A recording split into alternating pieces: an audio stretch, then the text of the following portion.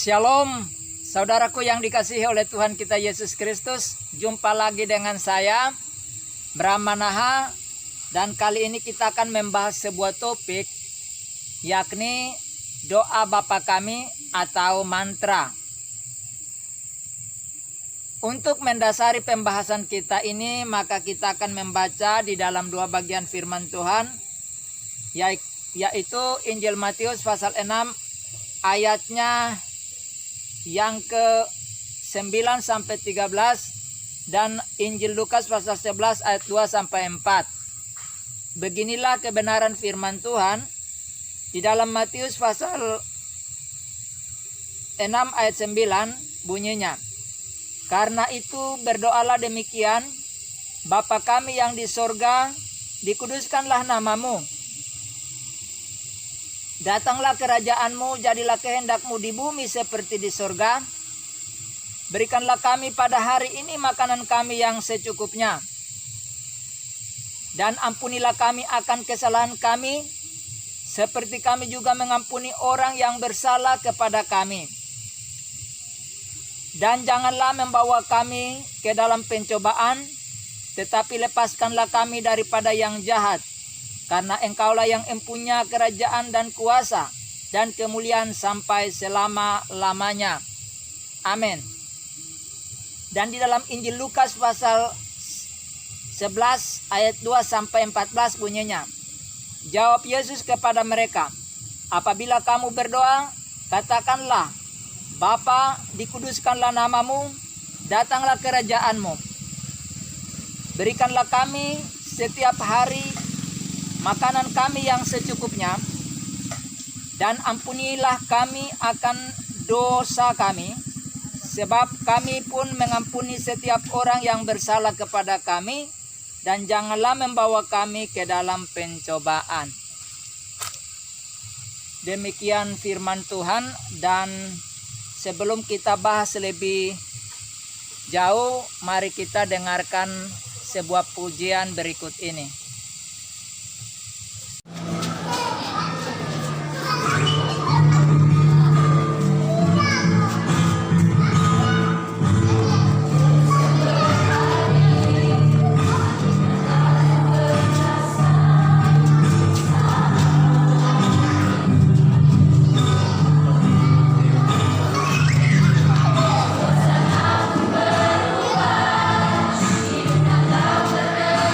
Lagi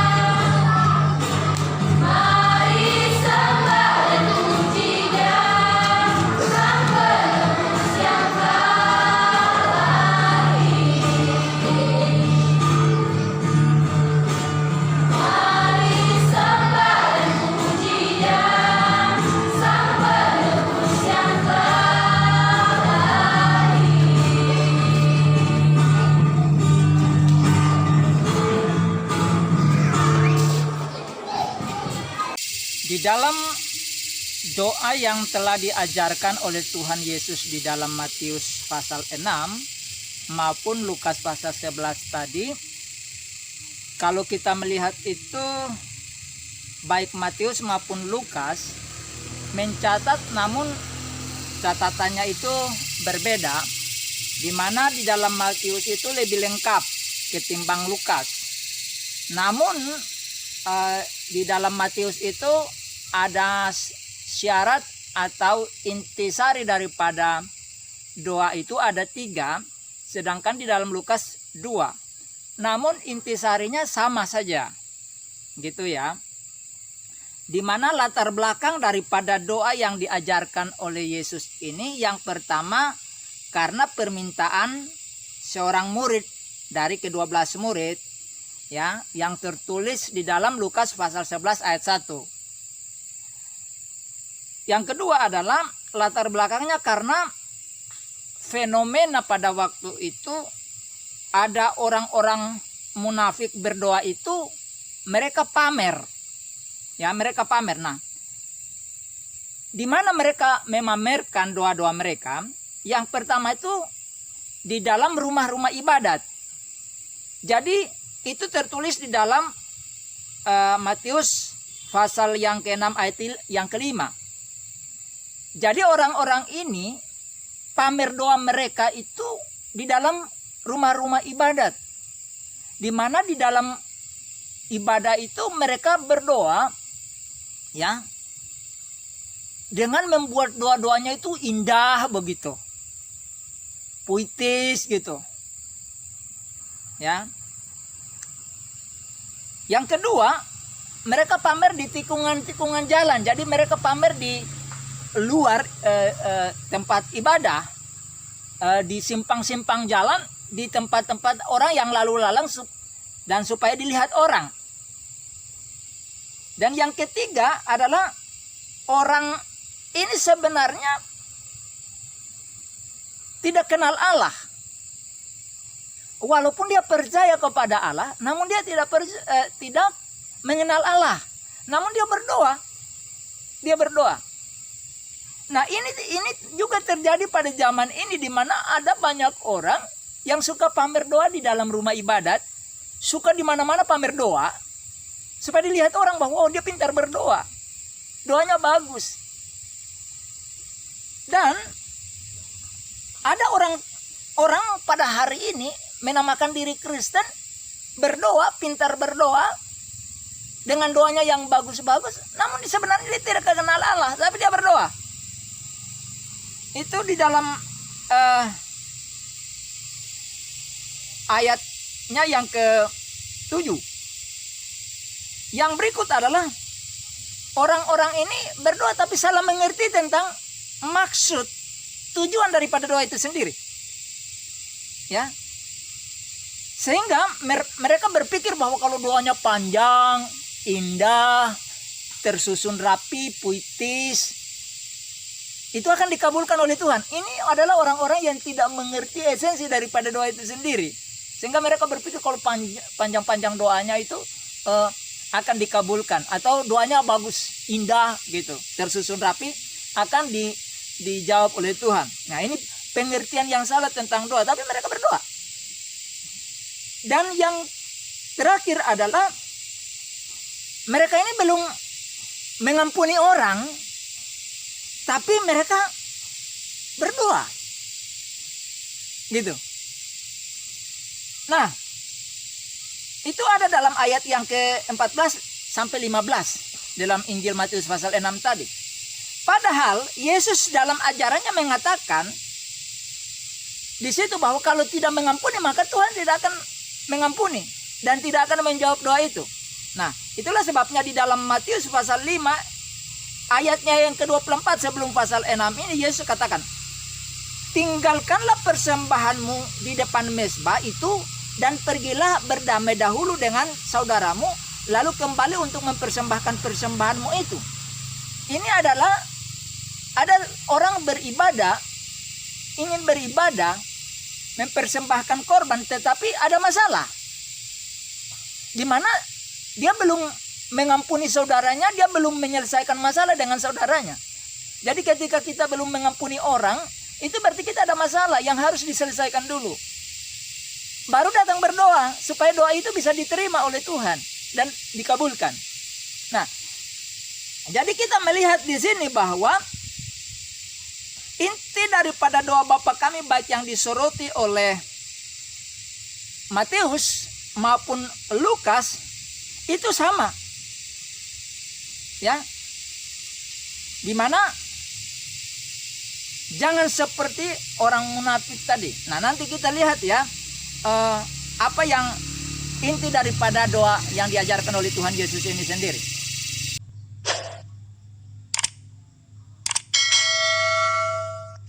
Sebagaimana saya katakan tadi saudara, bahwa baik Matius maupun Lukas itu di dalam doa yang diajarkan oleh Yesus Kristus itu ada intisarinya.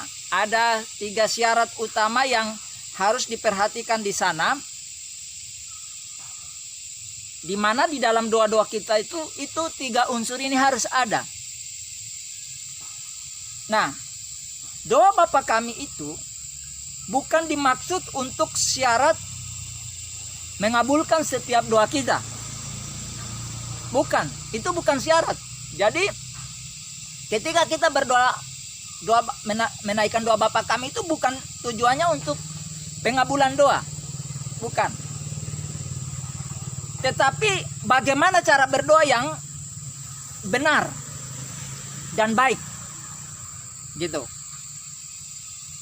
Yang kedua adalah ada intisari atau ada syarat bagaimana berdoa dengan benar di sana.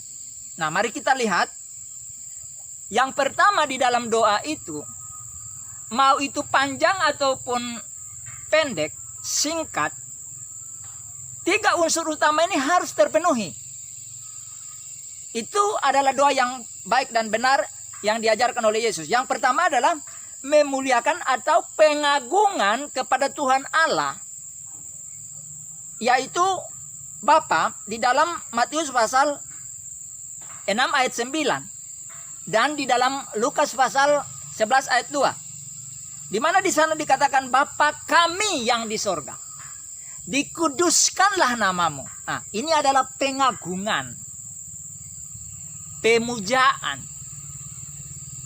pemuliaan kepada Tuhan Allah. Jadi sebelum kita meminta segala sesuatu itu, muliakan dia dulu, agungkan dia dulu. Jangan datang unyuk-unyuk langsung memberikan daftar permintaan kepada dia. Ini mah namanya anak yang tidak tahu diri. Ya. Anak saya kalau minta sesuatu, ingin minta sesuatu kepada saya, dia datang itu dia puji-puji saya dulu. Ya, dia bilang Bapak ini baiklah, wah Bapak ini ganteng lah, macam-macam. Pokoknya yang penting dia ingin buat hati saya senang dulu.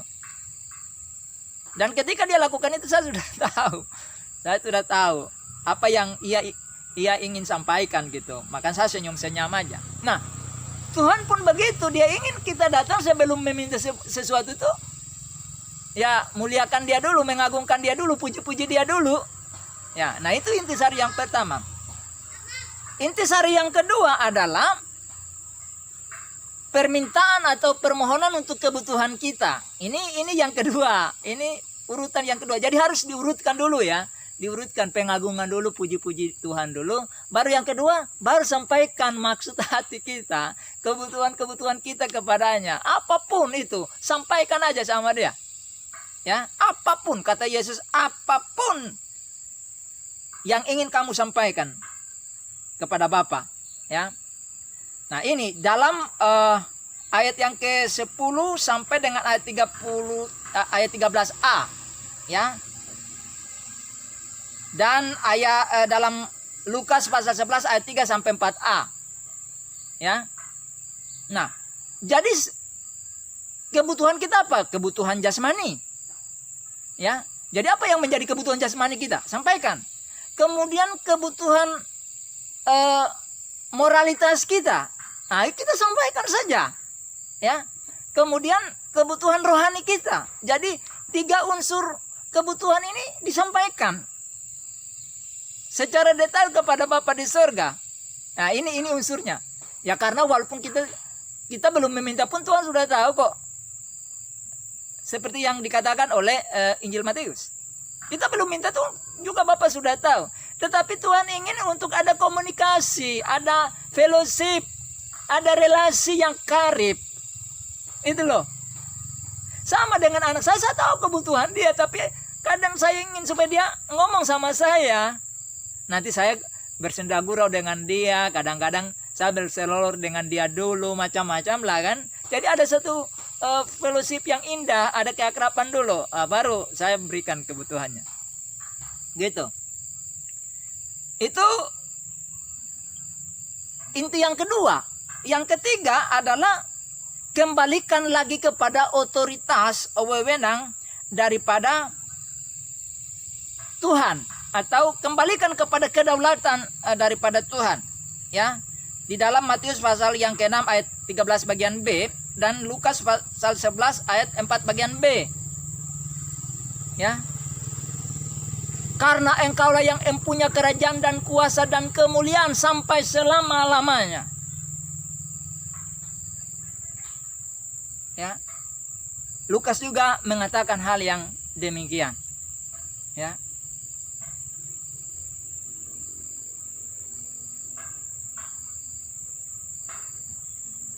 Ini penting dalam doa kita. Jadi jangan kita berpikir bahwa doa kita panjang-panjang gitu kan.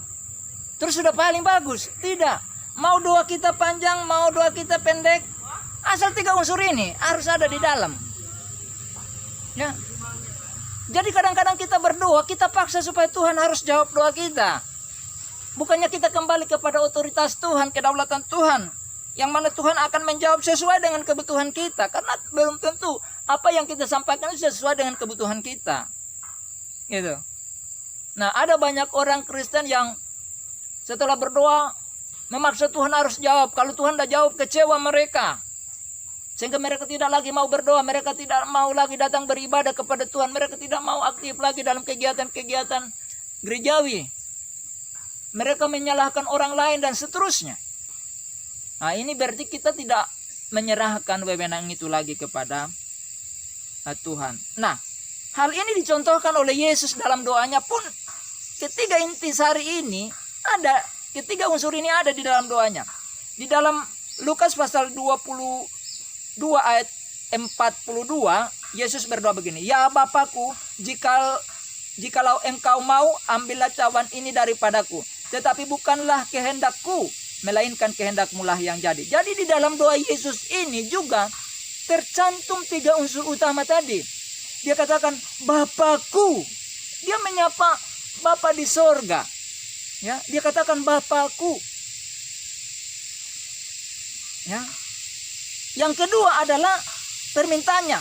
Ya, jika engkau mau, ambillah cawan ini daripadaku. Ini kerinduan Yesus. Tetapi perhatikan Yesus katakan, tetapi bukanlah kehendakku, melainkan kehendak-Mu yang terjadi. Artinya dia kembalikan kepada otoritas kedaulatan daripada Bapa. Yesus memberikan contoh yang paling baik untuk kita. Sebenarnya doa Yesus ini juga pernah menempel aku ketika saya berdoa untuk mendapatkan jodoh. Saya memaksakan Tuhan untuk harus mengikuti mengabulkan doa saya. Tapi doa ini menampar saya dan saya menangis. Saya katakan, Tuhan, ampuni saya. Nah, jadi ini dalam doa kita 3 unsur utama ini yang harus ada. Jadi bukan doa Bapa kami itu dimaksudkan supaya doa itu dikabulkan, tetapi ini sebuah ajaran bagaimana berdoa yang baik dan benar yang dikehendaki oleh Bapa di sorga. Begitu. Dan saudaraku yang dikasihi Tuhan, ada yang pernah mengatakan bahwa doa Bapa kami ini adalah doa yang terindah atau doa yang paling indah, doa yang paling bagus.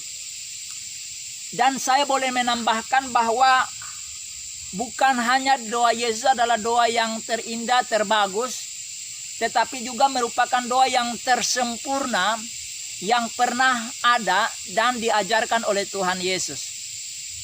Jadi memang doa Yesus yang diajarkan Yesus ini adalah doa yang paling terindah dan tersempurna yang diajarkan Yesus bagi kita. Itulah sebabnya ada sebagian gereja atau denominasi gereja itu tidak pernah meninggalkan doa Bapa Kami ini di dalam liturgi mereka. Jadi doa Bapa Kami itu diwajibkan harus ada di dalam liturgi ibadah mereka. Ya.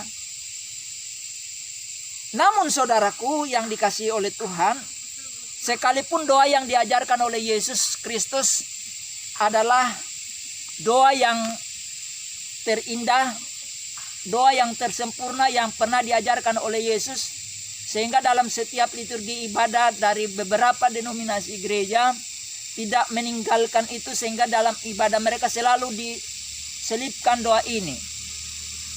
Tetapi ingat bahwa doa Bapa Kami bukanlah sebuah mantra. Mengapa? Karena dalam pengamatan saya, kita ketika berdoa, lalu doa ini kita hafalkan di depan gereja, di depan altar. Dan juga kita semua ikut serta untuk mengucapkannya. Tetapi menjadi ironi tatkala ini hanya menjadi sebuah hafalan saja yang kita hafalkan, seperti sebuah mantra yang dihafalkan, tanpa kita mengerti unsur-unsur utama yang ada di dalam doa Bapa Kami itu. Di mana kita tidak boleh seperti orang munafik yang kita ucapkan ini di dalam gereja, dalam setiap ibadah kita, tapi kita tidak mengerti kenapa kita ucapkan itu. Sehingga kita ada kemunafikan.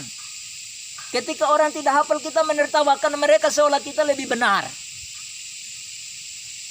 Dan ketika kita menaikkan doa itu, kita pikir bahwa doa kita akan dijawab.